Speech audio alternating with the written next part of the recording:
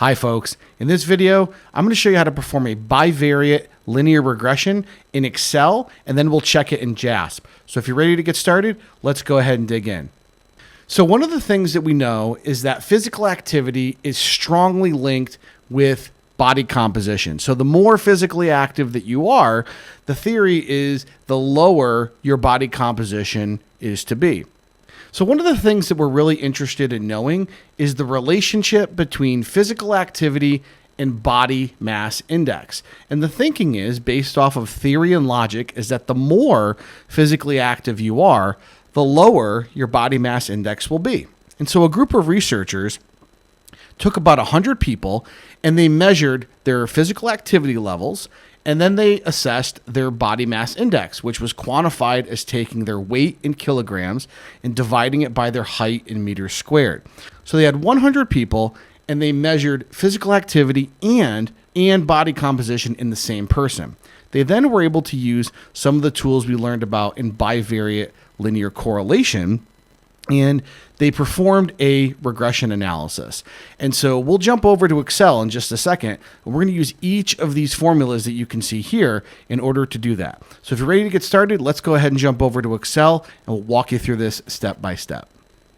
Okay, so now that I'm in Excel, I went ahead and copied and pasted all of those formulas from the slide directly into the spreadsheet, since that's going to help me do this work. So if you recall from when we did the JASP demonstration for this video, one of the things that we had to do is get the data from JASP into this Excel file.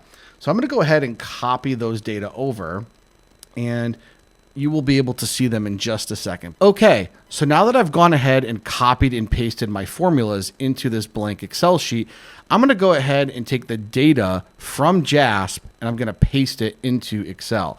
And so you can see those here.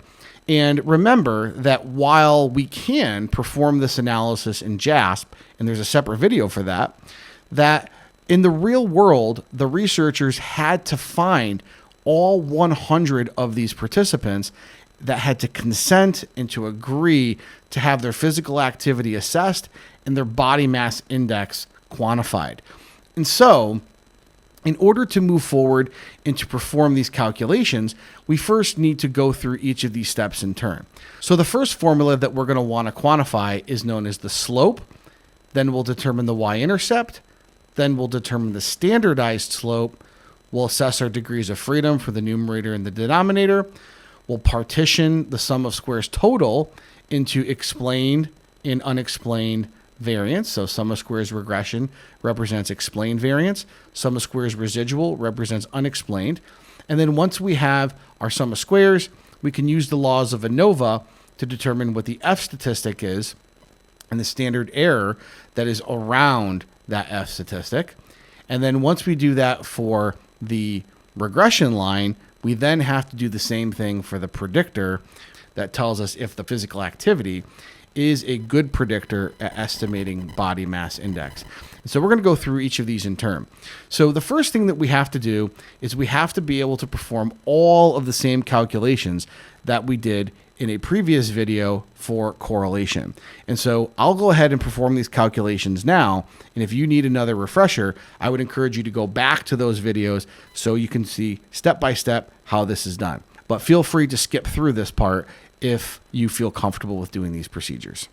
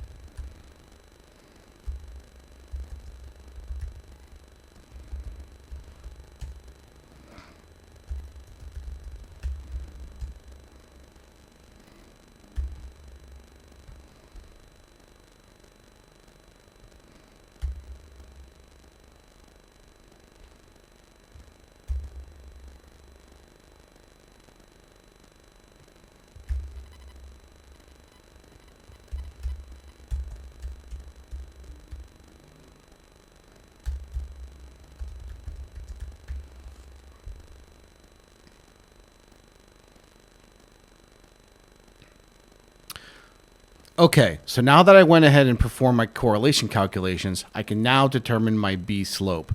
So I'm going to go ahead and copy this formula, and I'm going to move it down to the bottom because this is where I have a lot of the data that I'm going to need in order to perform these procedures. So if I populate that down there, you can see that the slope for the cross products between y and x, the overlap that exists between those two variables, the formula is going to be equal to the sum of the cross products, and I'm going to divide it by the sum of x squared. So the sum of x squared is nothing more than the sum of squares total for x. So I'm going to highlight that there. And the sum of the cross products is my negative 348 that I have here, right? So I can go ahead and highlight that there.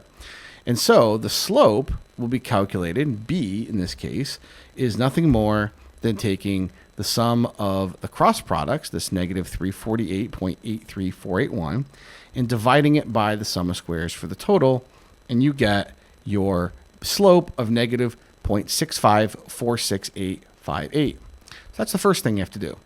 Next thing that we want to know is we want to determine the y-intercept. And so if I move the y-intercept over here, we can calculate the A by taking the y-average. So in this case, I'm going to set the cell equal to the y-average, which in this case is the average for BMI, this 23.939 that we see here. And I'm going to subtract it from, open parentheses, the slope that I just calculated in the previous step, multiplied by the mean for x, which in this case is the 8.613. So I'm going to go ahead and close that parentheses, and I should be able to have a y-intercept of 29.578. So that's the value of y, which is BMI in this case, when x equals 0. So if you don't do any physical activity, we assume that the body mass index is going to have a floor of 29.578. Okay, next thing that we need to do is the standardized slope. So let's go ahead and take this formula here and paste it down here. And so the standardized slope is going to be calculated, capital B, is going to be the slope multiplied by the standard deviation for x divided by the standard deviation for y. So if I set the cell equal to, open parentheses, and I take that slope of negative 0.65 that I calculated here, and then I multiply that by, open parentheses, the standard deviation for x divided by the standard deviation for y. Okay, standard deviation for x being the physical activity standard deviation, and the standard deviation for y being the BMI standard deviation, and I close that, I should get a B slope of negative 0.385. And one of the things that we said in the lecture video is that the standardized slope in a beta in a bivariate regression is exactly the same. And we see that that's true, because if I was to zoom this in a little bit more here, you would see that the standardized slope, or the B, is negative 0.385. And very similarly, the Pearson's R here is negative 0.385. They match perfectly. Okay, so the next thing I need to do then, once I have my standardized slope, is I need to be able to move and determine my degrees of freedom for this analysis, right? So I'll just paste these over here. And so remember that for the degrees of freedom for the numerator, which is sum of squares between, or in this case, the sum of squares for the regression, we're going to take the number of predictors. In this case, we have an x and a y predictor minus 1 degree of freedom. And so the degrees of freedom in this case would be 1, because remember, 2 minus 1 is 1. So I would have 1 degree of freedom for the numerator, and then the denominator would be n minus k minus 1, which in this case would be 100 participants minus 1 x predictor minus 1 degree of freedom. And so that would be a total of 98, which of course, if I was to take the degrees of freedom for the total, we know that that's always going to be n minus 1. And so if I took 98 for the residuals plus 1 for the regression, I would have a total sum of squares of 99, which is n minus 1. So I know that I have that right there. Okay, next thing that I need to do is I need to be able to take my sum of squares for the regression. And so how do I calculate the amount of explained variability that is accounted for by x is overlapping and explaining a percentage of y? How much are they interconnected and how much are they predictive of one another? And so in order to do that, I have to take my r squared and multiply it by the sum of y squared. And so to calculate that, I'm going to take my r squared, which remember up here, Pearson's r, or you can do it from the beta, whichever one you want, and I'm going to take my Pearson's r and square it by multiplying it by itself. So when I do that, this is representing my r square value, and once I have my r square value, I can then determine my sum of squares regression by taking the r square value and multiplying it by the sum of y squared, or the sum of squares total for y, which in this case is this 1537.4779 here. And so if I hit enter on that, I'm going to get sum of squares regression of 228.37719. The next thing then is to determine the residual. And so if I move that formula down here where we're working, I can then say, well, the residual is going to be calculated by taking 1 minus the sum of r squared, right? So if I just did 1 minus r squared, and then I multiplied that by the sum of y squared, which again is our 1537.4779. If I multiplied that value by the sum of y squared, I would have 1309.1007. And so that represents my degrees of freedom for the residual. Well, then, of course, if I take my degrees of freedom explained and my degrees of freedom that are unexplained, I get my sum of squares total.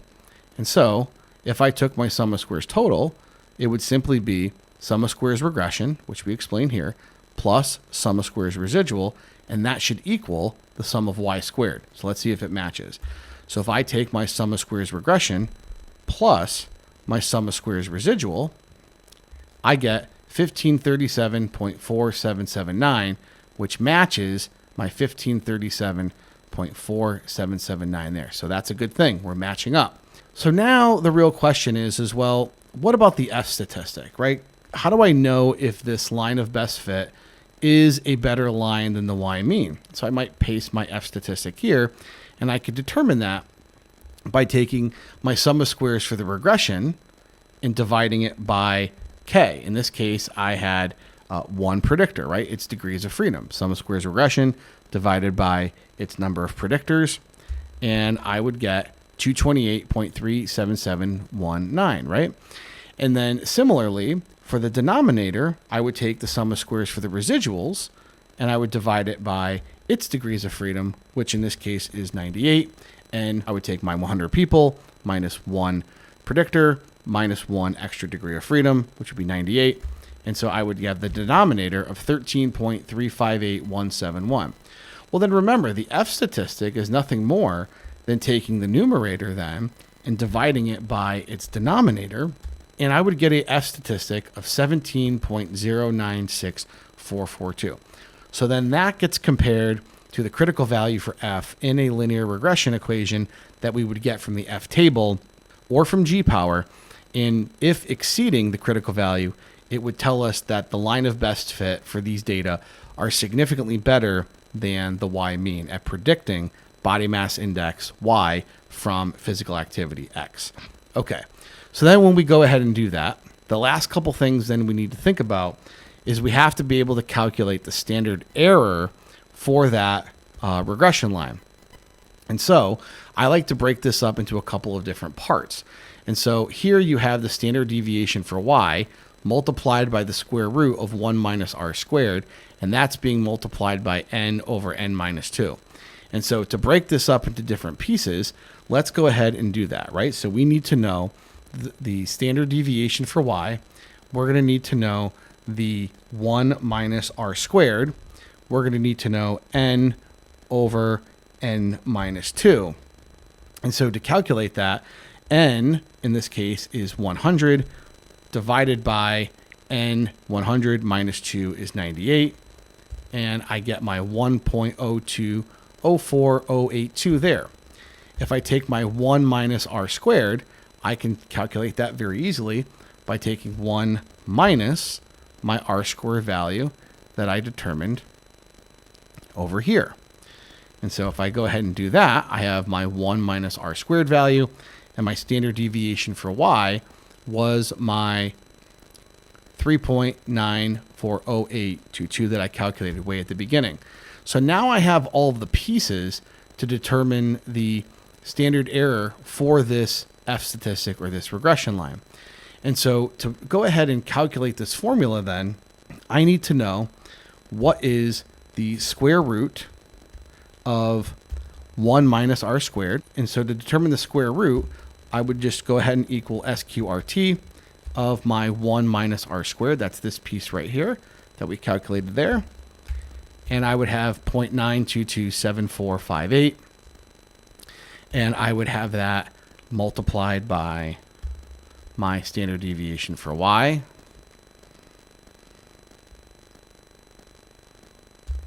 And I would end up with 3.63. So that's this half of the equation. And then notice what it says here, multiplied by n over n minus 2. And so I would take that value and multiply it by the n over n minus 2 that I calculated here.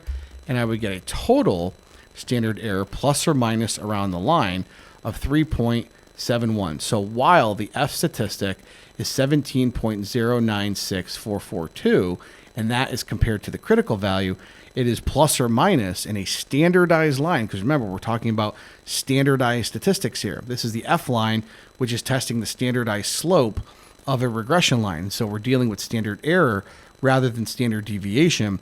And so it's going to be plus or minus 3.7. Okay. So this is referring to body mass index in this case. And so once I have that piece addressed, I then have to be able to calculate the t statistic for the predictor and the standard error for the slope. So if I go ahead and copy this, then the next thing that we have to do is to determine the standard error for the slope. And the way that I calculate that is by taking my standard error for the regression line and dividing it by the square root of the sum of x squared. And so in order to do this, the SYX part, right, I need that piece, which we just calculated here. And I need the square root equals SQRT. I need the square root of EX squared, right? Sum of x squared. You don't need that prime there. Sum of x squared there. So I'm going to go ahead and set the cell equal to SQRT, open parentheses, and the sum of x squared represents the sum of squares total for x, which is this 532.82786.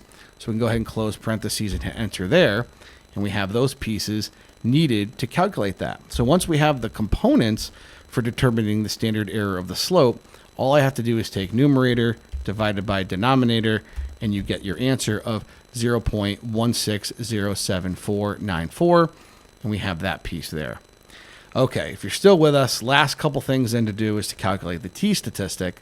And so if we want the t, which is representing whether the predictor, x, physical activity, is a significant predictor of body mass index, I would calculate it as such. And so in this case, I have the B slope, which we calculated up here, right? And I can go ahead and set that cell equal to that. And it's going to be minus 0 in this case. So if I go ahead and calculate that, you can see that it stays exactly the same. It's my slope. And I need the standard error for the slope, which we calculated here as 0.16. And so t is nothing more than taking the slope divided by the slope's standard error, and you get a t statistic of negative 4.07271, right? So that is a t statistic which is testing its critical value for the B slope as a significant predictor in estimating the unknown value of y, which in this case is body mass index. Okay, last thing then that we need to think about, and this may not be perfect, is our 95% confidence interval. Now, I have already put in the y predicted, right?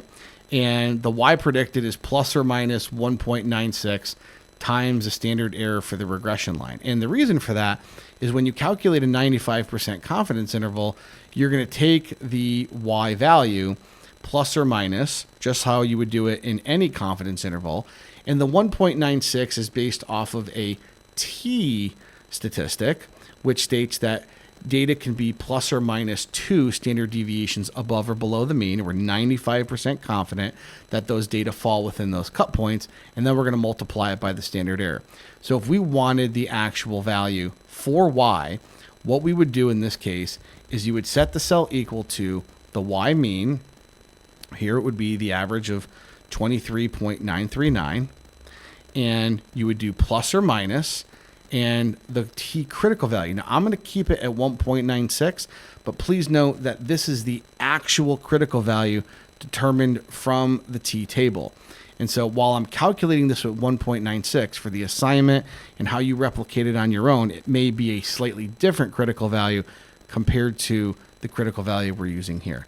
Okay, so in order to do that, I also need to know 1.96, my t critical value hypothetically, and multiply it by the standard error for the regression line. Okay, so in that case, I'm going to go ahead and select that, and I'm going to get 7.2727545.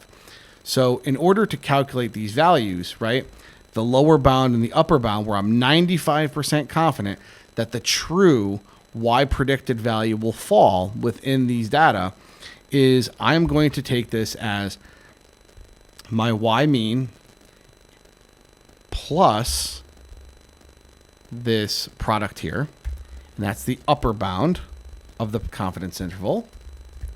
And similarly, I'm going to take the y mean minus this bound here, and you're going to get the lower bound. So while the F statistic of 17.096442 is what was calculated compared to the F critical value, which told us if the model or if the line of best fit was a better line compared to just assigning the y average, the T statistic was telling us if that predictor was a significant or a good predictor of that line of best fit, which in this case should come out to be the same value. How do I know that?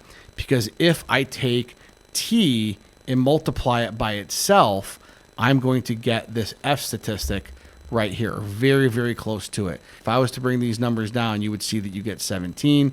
And if I was to bring this number here down to the nearest significant figure, you would see it's also 17 in this case. And so T squared in a bivariate regression will equal the F statistic, and we're 95% confident that the true population T value or the F statistic will fall within these upper and lower bounds. And you can see in this case that 17 does fall within this 16.66 to 31.211.